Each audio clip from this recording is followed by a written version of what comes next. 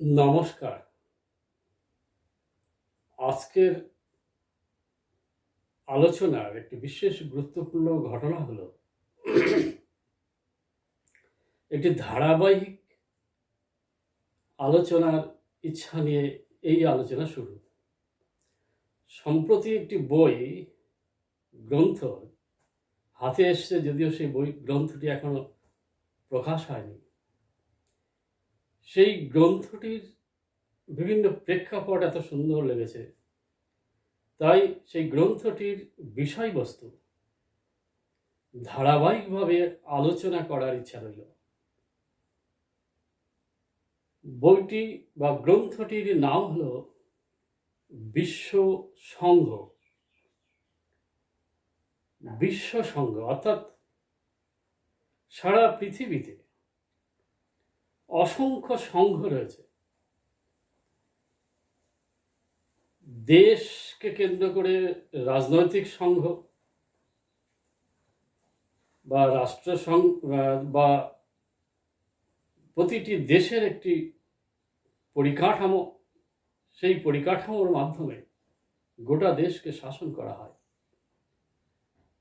তেমনি বিভিন্ন ছোট ছোট সংস্থা বা ছোট কিছু বড় সংস্থাও রয়েছে। সেই সঙ্গে রয়েছে পরিবার। ছোট ছোট পরিবার একটি সংঘের মতো, অর্থাৎ সংঘের একটা ইউনিট। এই ছোট ছোট ইউনিটগুলো বা পরিবারগুলো সংযুক্ত হয়ে যেমন সমাজ গঠিত হয়, তেমনি একটি সমাজের বিভিন্ন প্রেক্ষাপট, সমাজকে কেন্দ্র করে তৈরি হয় জেলা, রাজ্য, রাষ্ট্র। এই সমস্ত সংস্থাগুলোর, সমস্ত সংঘগুলোর, অর্থাৎ সংঘের আংশিক রূপগুলোর একটা পরিকাঠামো আছে। আবার সর্বক্ষেত্রে যে আছে তাও নেই, তাও বলা যায় না। তেমনি এক একটা রাষ্ট্র এক একটা বড় সংঘের মতো। তেমনি এই সংঘগুলো নিয়ে যখন এই সংঘগুলোর মধ্যে সমস্যা দেখা গেল, অর্থাৎ এক রাষ্ট্র এক রাষ্ট্রের সঙ্গে হিংসা, অহংকার, ক্রোধকে কেন্দ্র করে দ্বন্দ্ব, যুদ্ধ, মানুষ হত্যা বা সম্পত্তি নষ্ট করছে, অর্থাৎ পরপর দুটো বিশ্বযুদ্ধ হওয়ার পর অনেক দেশ ভয় পেয়ে গেল।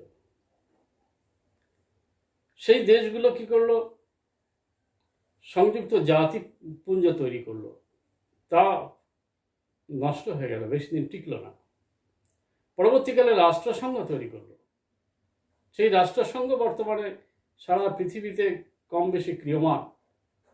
কিন্তু এই রাষ্ট্রসংঘের, অর্থাৎ এই রাষ্ট্রসংঘকে বিশ্বসংঘ বলা যায় আংশিকভাবে, কেননা এই রাষ্ট্রসংঘের বিশ্বের উপর যা ক্রিয়া বা গাইডেন্স বা পরিচালনা তা আংশিক।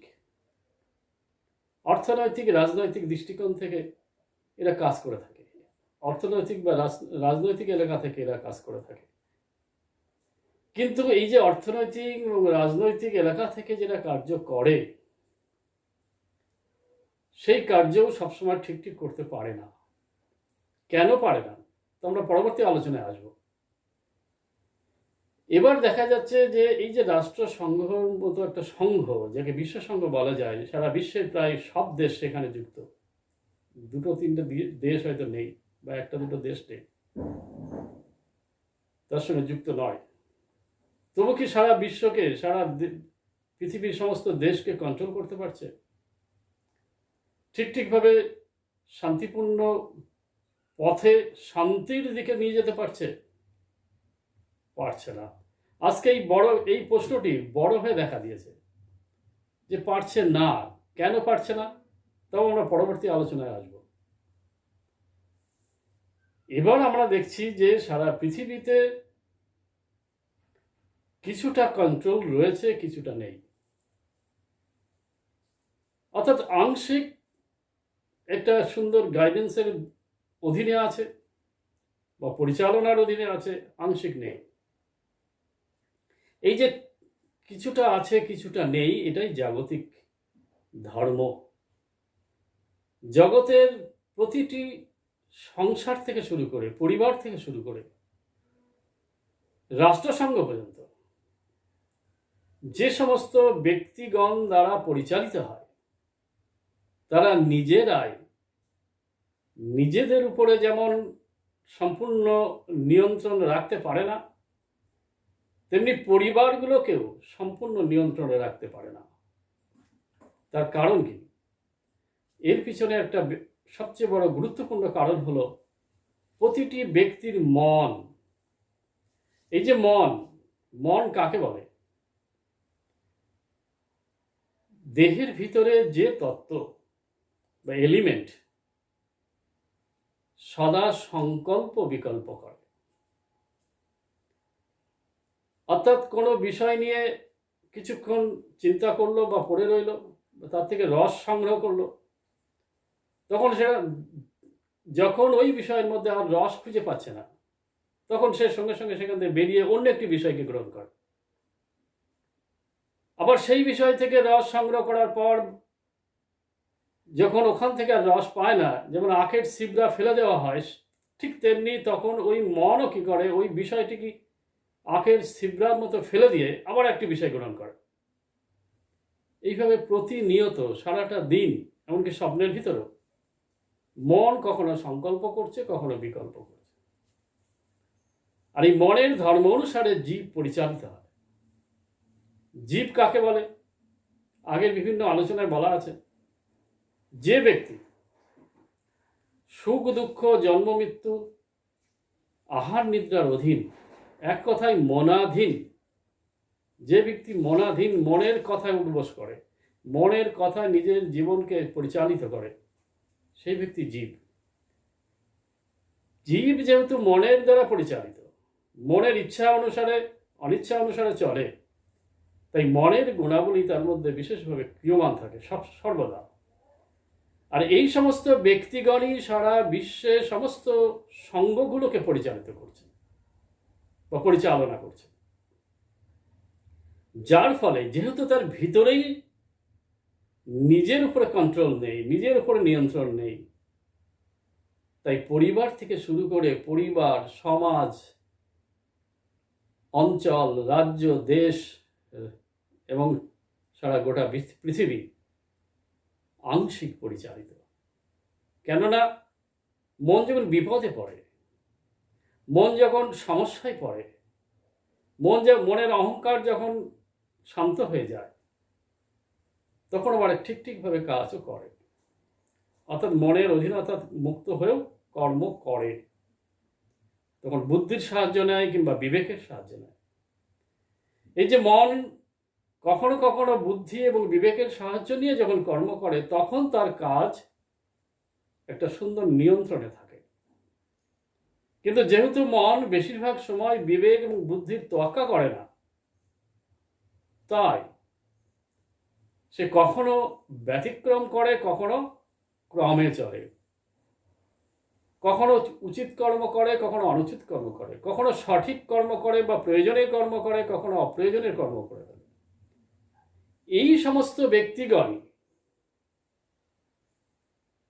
পরিবার থেকে শুরু করে রাষ্ট্র পর্যন্ত এমনকি রাষ্ট্রসংঘ পর্যন্ত পরিচালনা করছে, যার ফলে এই সংঘগুলো সর্বদা ঠিকভাবে পরিচালিত হতে পারে না বা পারছে না।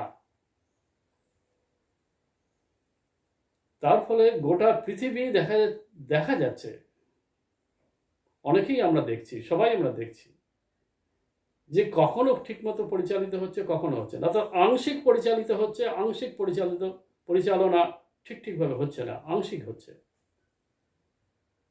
এবং আমরা যদি কয়েকটা ভাগে ভাগ করে নিই এই বিষয়গুলোকে, আমরা দেখতে পাবো যে নিয়ন্ত্রণ কতটা নেই। বেশিরভাগটাই নিয়ন্ত্রণ নেই, নিয়ন্ত্রণের বাইরে চলে যাচ্ছে বা বাইরে চলছে।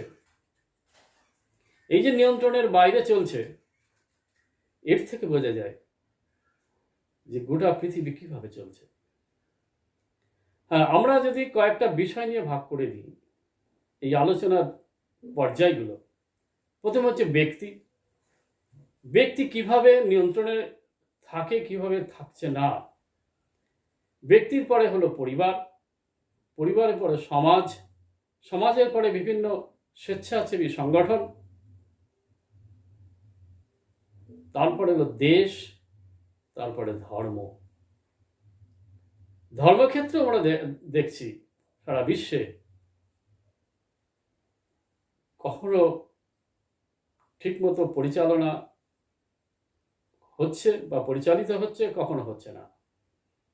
অর্থাৎ সেখানেও নিয়ন্ত্রণ নেই, সম্পূর্ণ নিয়ন্ত্রণ নেই, যার ফলে কখনো কখনো ব্যতিক্রম, ধর্মগুলো, ধর্ম সংস্থাগুলো ব্যতিক্রম বা ধর্মকে কেন্দ্র করে ব্যক্তিগুলো ব্যতিক্রম করে চলেছে। তো আমরা পরপর কয়েকটি ধাপে, কয়েকটি পর্যায়ে এই আলোচনা করার ইচ্ছা আছে এই বিশ্ব সংঘ নিয়ে। আমাদের মূল বিষয় প্রথম ইন্ট্রোডাকশনে বলে দেওয়া যেতে পারে যে আমাদের উদ্দেশ্য কি, এই সঙ্গে, এই গ্রন্থটির উদ্দেশ্য কি, এই গ্রন্থ সঙ্গের উদ্দেশ্য কি, বিশ্ব সংঘের উদ্দেশ্য কি, যে সমগ্র বিশ্ব একটা কমন গাইডেন্সের অধীনে চলবে। অর্থাৎ গোটা বিশ্ব ওই বিশ্ব সংঘের অধীনে চলবে এবং এই বিশ্ব সংঘ যাদের দ্বারা পরিচালিত হবে সেই ব্যক্তিগণ হবে সর্বদা ক্রমে থাকবে, সর্বদা কর্তব্য পালন করবে এবং মনুষ্যত্বপূর্ণ হবে। তবেই সেই সংঘ ঠিকভাবে পরিচালিত হবে। যে ব্যক্তি কখনো ক্রমে চলে, কখনো ব্যতিক্রমে চলে, তার নিজের জীবন থেকে শুরু করে সর্বক্ষেত্রে এই সংঘের অধীনে গোটা বিশ্বর প্রতিটা পর্যায়ের মানুষ জীবনের প্রতিটি পর্যায় পরিচালিত হবে, এমনই ইচ্ছা নিয়ে বা এমনই উদ্দেশ্য নিয়ে এই বইটি লিখিত বা রচিত। প্রথমে তাহলে আসা যাক ব্যক্তি। এই যে ব্যক্তি কেন্দ্রিক আমাদের জীবন, সেই জীবন থেকে আমরা দেখছি যে আমরা সবাই নিজের নিজের ইচ্ছার রাজা। অর্থাৎ মনাধীন হওয়ার কারণে নিজের ইচ্ছা পূরণের জন্য আমাদের জীবন যদি ক্ষতিগ্রস্ত হয়, আমাদের জীবন যদি নষ্ট হয়ে যায়, তবুও আমরা পিছু পা হই না। এখানে কি একটা নিয়ন্ত্রণের প্রয়োজন নেই? অবশ্যই আছে। একদিন একটা গ্রামে এক ব্যক্তিও বলা যায় না, সে নিতান্তই যুবক, তার ব্যক্তিত্ব সেইভাবে তৈরি হয়নি। একটি দোকানের বারান্দায় বসে আছেন, একটি দোকানের বারান্দায় একটা বেঞ্চের এক কোনায় বসে আছে।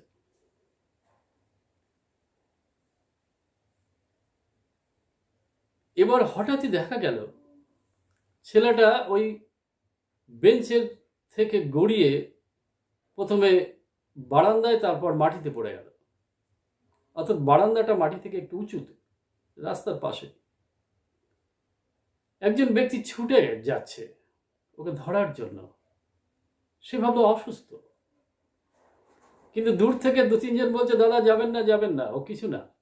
কিছু না মানে একটা ছেলে একটু উঁচু জায়গা থেকে পড়ে যাচ্ছে, হাত ভাঙতে পারে, পা ভাঙতে পারে, মাথা ফাটতে পারে, অথচ কিছু না।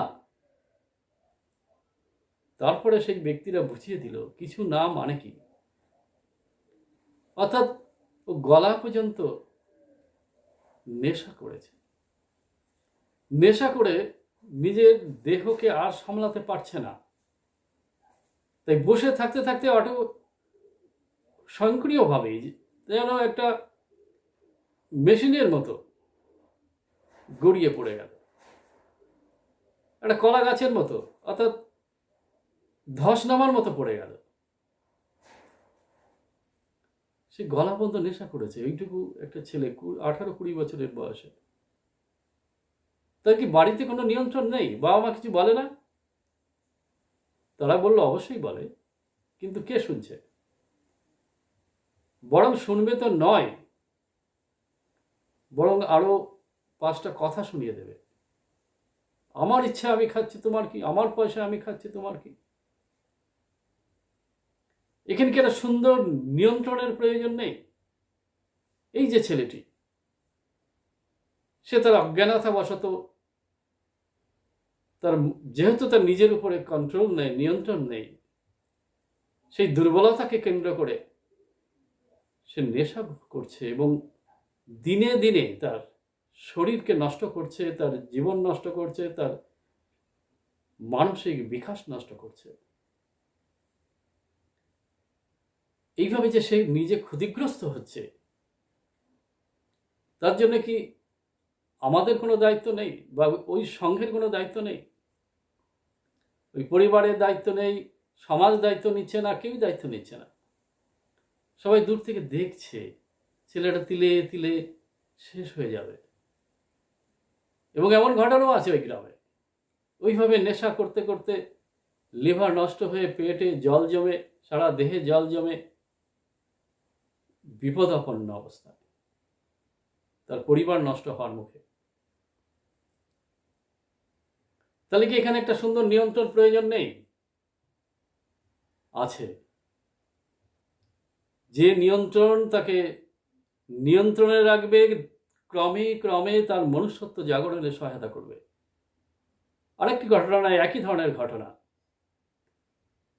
একটা মন্দিরের পাশে, নামকরা একটা মন্দির আসামের পাহাড়ের উপরে, হঠাৎ দেখা গেল একজন সাধু, যদিও সে ভিতর থেকে সাধু হতে পারেনি, জীবনের সমস্ত সাধের ঊর্ধ্বে যে গেছে সেই সাধু, সেই সাধু একটা উঁচু জায়গা থেকে নিচে নামার সময় সিঁড়িতে বসে আছে, গায়ে ধুলোবালি লাগানো। দেখে বোঝাই গেল পড়ে গেছিল, অসুস্থ অবস্থায় পড়ে গেছে, মাথা ঘুরে পড়ে গেছে না, জানা গেল সে নেশাগ্রস্ত, গলা পর্যন্ত মদ গিলেছে, গিয়ে আর দেহ সামলাতে পারেনি, হাঁটতে হাঁটতে যাওয়ার সময় ওখানে পড়ে গেছে, বসে আর উঠতে পারছে না। সে কি কোনো সংস্থার অধীন আছে, কোনো আশ্রমের অধীন আছে, না ব্যক্তিগত সাধু বা ভবঘুরে সাধু, পরিব্রাজক সাধু? তাকে যখন বলা হলো তোমাকে ঘরে দিয়ে আসা হবে, বললো না, আপনি এখান থেকে যান। যে বলছে তাকে সে বলছে আপনি এখান থেকে যান, আপনার কি অসুবিধা? আমি এখানে বসে আছি, তো আপনার কি অসুবিধা? আপনার তো সাহায্য আমি চাইনি। সাধু হতে বেরিয়েছে, হয়তো সংসার ছেড়ে দিয়েছে, পরিবার পরিজন ছেড়ে দিয়েছে, মানুষ হবে বলে বেরিয়েছে, তো কোথায়? এ তো দিন দিন অমনুষ্যত্বের চরম গভীরে প্রবেশ করছে, অতল তলে প্রবেশ করে যাচ্ছে। কিসের মানুষ হওয়া? তাই কি এখানে একটা নিয়ন্ত্রণ প্রয়োজন নেই? একটা গাইডেন্স, সুন্দর গাইডেন্স, যে গাইডেন্স তার এই সমস্ত নেগেটিভ কোয়ালিটিগুলোকে ধীরে ধীরে ঘুম পাড়িয়ে দেবে, এই যে রিপুর প্রভাবগুলোকে ঘুম পাড়িয়ে দেবে, আর মনুষ্যত্বের গুণাবলীকে জাগরণ ঘটিয়ে দেবে। এমনকি একটা নিয়ন্ত্রণ প্রয়োজন নেই। ওই ব্যক্তি ওখানে বসে আছে, কেউ দেখছে না, কেউ কিছু বলছে না। যদি কোনো সমস্যা করে হয়তো পুলিশ গিয়ে 2-4 ঘা দিয়ে দেবে, এইটুকু। কিন্তু তার জীবনকে সুন্দরভাবে সংগঠিত করার জন্য, সুন্দরভাবে তৈরি করার জন্য একটা সুন্দর নিয়ন্ত্রণ চাই না? সুন্দর একটা পরিচালনা, সুন্দর একটা গাইডেন্স।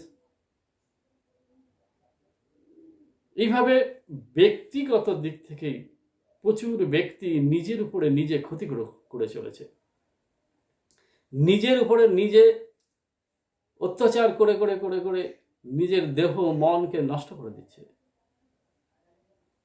সমাজ কলুষিত হচ্ছে। কেন এই এক ব্যক্তি তো সমাজ বা দেশের বা পৃথিবীর একটা ইউনিট, একক।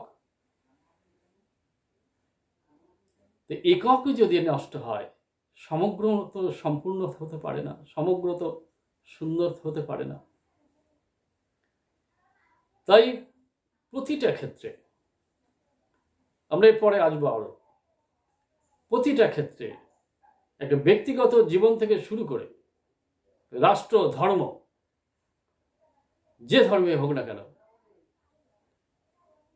কারোর অধিকার নেই তার নিজের ক্ষতি করার, সেই ধর্মের আরো 5 জনকে ক্ষতি করার, কিংবা দেশের ক্ষতি করার, কিংবা পৃথিবীর সামাজিক জীবন, সুন্দর জীবন, মনুষ্য জীবনকে ক্ষতি করার। আজকের মতো আলোচনা এখানেই শেষ হলো। নমস্কার, সকলে আনন্দে থেকো, আর এই বিশ্ব সংঘের চিন্তা বা বিষয়টা নিয়ে চিন্তা করো। নমস্কার।